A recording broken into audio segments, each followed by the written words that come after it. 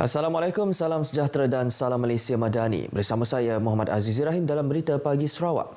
Kawasan di sekitar Tasik Dewan Serbaguna Ang Cheng Ho kini sedang dalam pertimbangan untuk diubah menjadi kawasan pelancongan di Batu Kawah.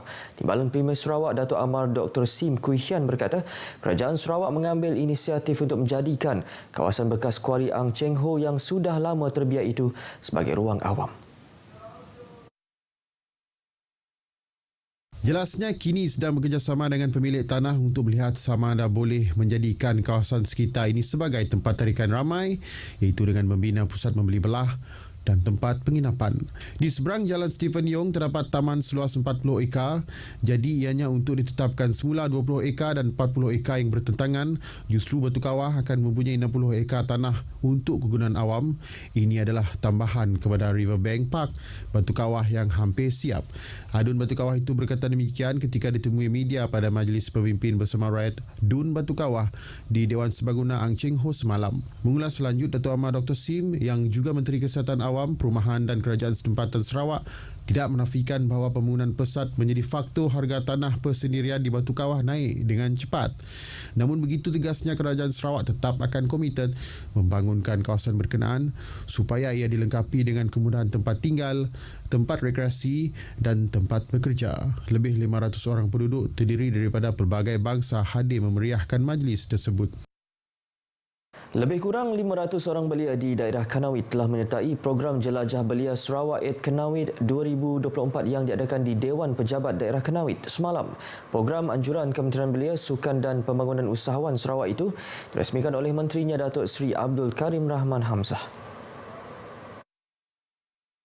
Bercakap kepada media, Datuk Seri Abdul Karim memberitahu sejak 2019, program ini merupakan inisiatif terbaik dalam menyantuni dan menarik penglibatan belia sekaligus menyuntik semangat mereka ke arah pembangunan masa depan negara yang sememangnya akan bergantung kepada golongan muda. Menurut beliau, inisiatif ini juga amat penting dalam penggubalan program di peringkat kementerian memandangkan belia di bandar dan luar bandar mempunyai aspirasi yang berbeza. Menerusi program ini, diadakan sesi Town Hall bersama belia untuk mendengar aspirasi dan harapan mereka. Katanya perlu sentiasa dibuat penglibatan seperti ini kerana jika belia ketinggalan, kemungkinan untuk memberikan kesinambungan dengan apa yang kerajaan harapkan tidak akan tercapai.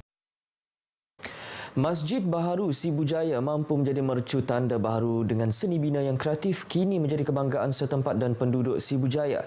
Timbalan Menteri Utiliti dan Telekomunikasi Datuk Dr. Abdul Rahman Junaidi berkata, Masjid Baharu tersebut bukan sekadar tempat ibadah, kerana ia juga adalah lambang perpaduan, kemajuan dan kecantikan dalam kepelbagaian Sibujaya. Jelasnya, ia turut membentuk masa depan Sibujaya sebagai destinasi yang memukau dari segi seni bina dan keindahan spiritual. Beliau berkata demikian di Sibujaya Jumaat lepas. Wujudnya Masjid Baharu ini akan dapat mempamerkan budaya dan cara orang Islam dalam mentadbir dan mengurus negeri. Selain itu, katanya, keunikan seni bina masjid ini mencerminkan keindahan sejati, manakala persembahan seni yang megah mencipta suasana yang mempersonakan. Premier Sarawak, Datuk Petinggi Tan Sri Abang Johari Tunopeng dijangka hadir bagi merasmikan dan mengumumkan nama masjid berkenaan pada 1 Mac depan. Nilai perpaduan dan kebersamaan antara kaum dalam meraikan musim perayaan perlu dipertahankan dan dipelihara, ia bagi memastikan rakyat sentiasa hidup dalam aman, damai dan harmoni. Timbalan Menteri Kesihatan Awam, Perumahan dan Kerajaan Tempatan, Datuk Penguang Manggil berkata Tahun Baru Cina turut diraikan oleh masyarakat Iban, Melayu dan orang Ulu dan sebagainya tanpa mengira latar belakang agama dan budaya. Begitu juga di Marudi, katanya ia diraikan secara bersama. Mengenai status pembangunan di kawasan itu, Datuk Penguang berharap agar masyarakat setempat memanfaatkan pelbagai kemudahan yang telah disediakan seperti waterfront Marudi dan stadium untuk mengadakan pelbagai aktiviti. Beliau berkata demikian ketika menghadiri Majlis Sempena Sambutan Tahun Baru Cina, anjuran bersama oleh Ahli Jawatankuasa Cina Marudi, Poyut dan Lubok Nibong. Dalam pada itu juga, Datuk Penguang berkesempatan meninjau perkembangan kerja menaik taraf Dewan Suarah Marudi yang dijangka siap pada September 2024. Persatuan Malaysia Jepun JMA dan Jabatan Hutan Sarawak FDS bersama komuniti setempat telah menanam 300 pokok tempatan bernilai tinggi di hutan simpan sempadi semalam.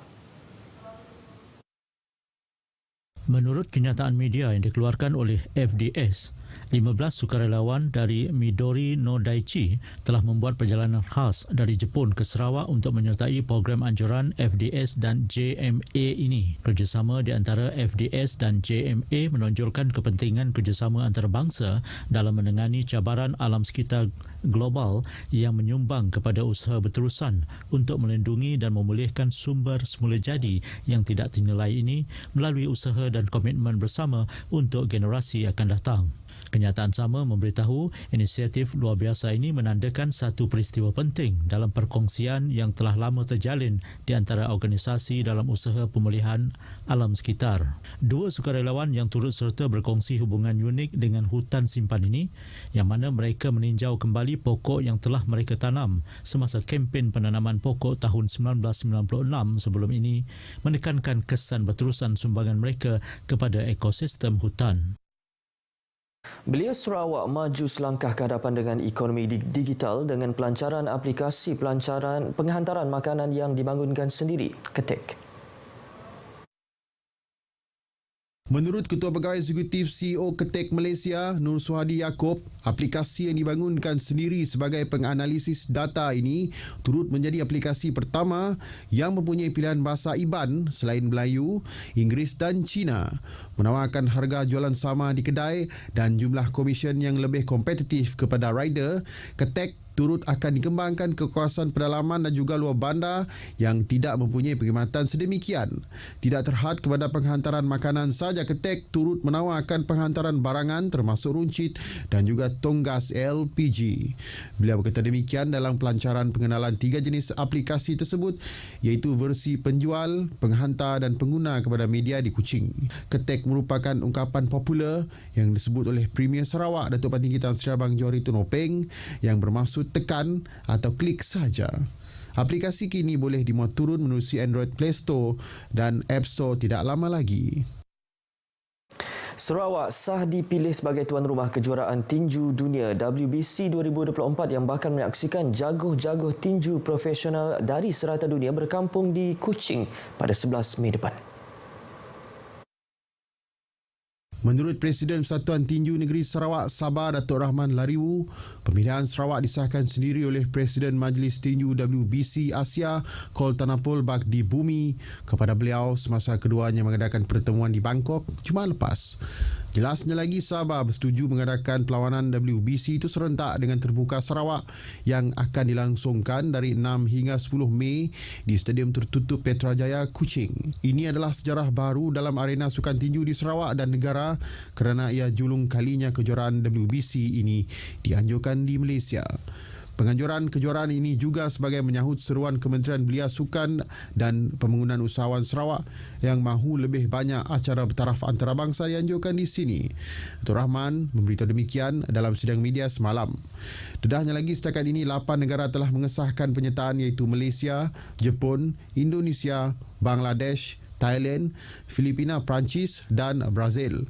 Katanya sebanyak 5 perlawanan WBC akan dilangsungkan pada 11 Mei nanti yang menawarkan perebutan tali pinggang kejuaraan serta mata ranking kepada peserta. Salah satu kemuncak perlawanan WBC adalah pertarungan membabitkan jaguh tinju Sarawak Deloniel Magdalen Bong atau Kilat Boy dalam kategori bantamweight, di mana beliau dijangka bertemu dengan juara bertahan dari Thailand.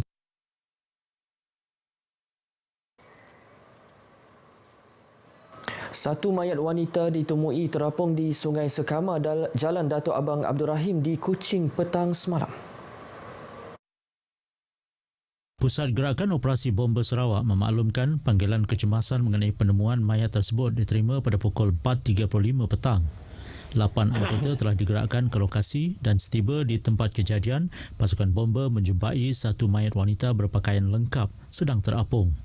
Mayat mangsa yang dikenali sebagai Leong Lee Yen, 35 tahun, dengan alamat terakhir di Jalan Jaka Sarike telah diserah kepada pihak polis untuk tindakan lanjut. Baik, berita pagi Sarawak berakhir di sini. Seterusnya ikuti Stadium RTM selepas ini untuk perkembangan sukan tanah air dan antarabangsa. Dari sungai hingga segara, Palestin pasti merdeka.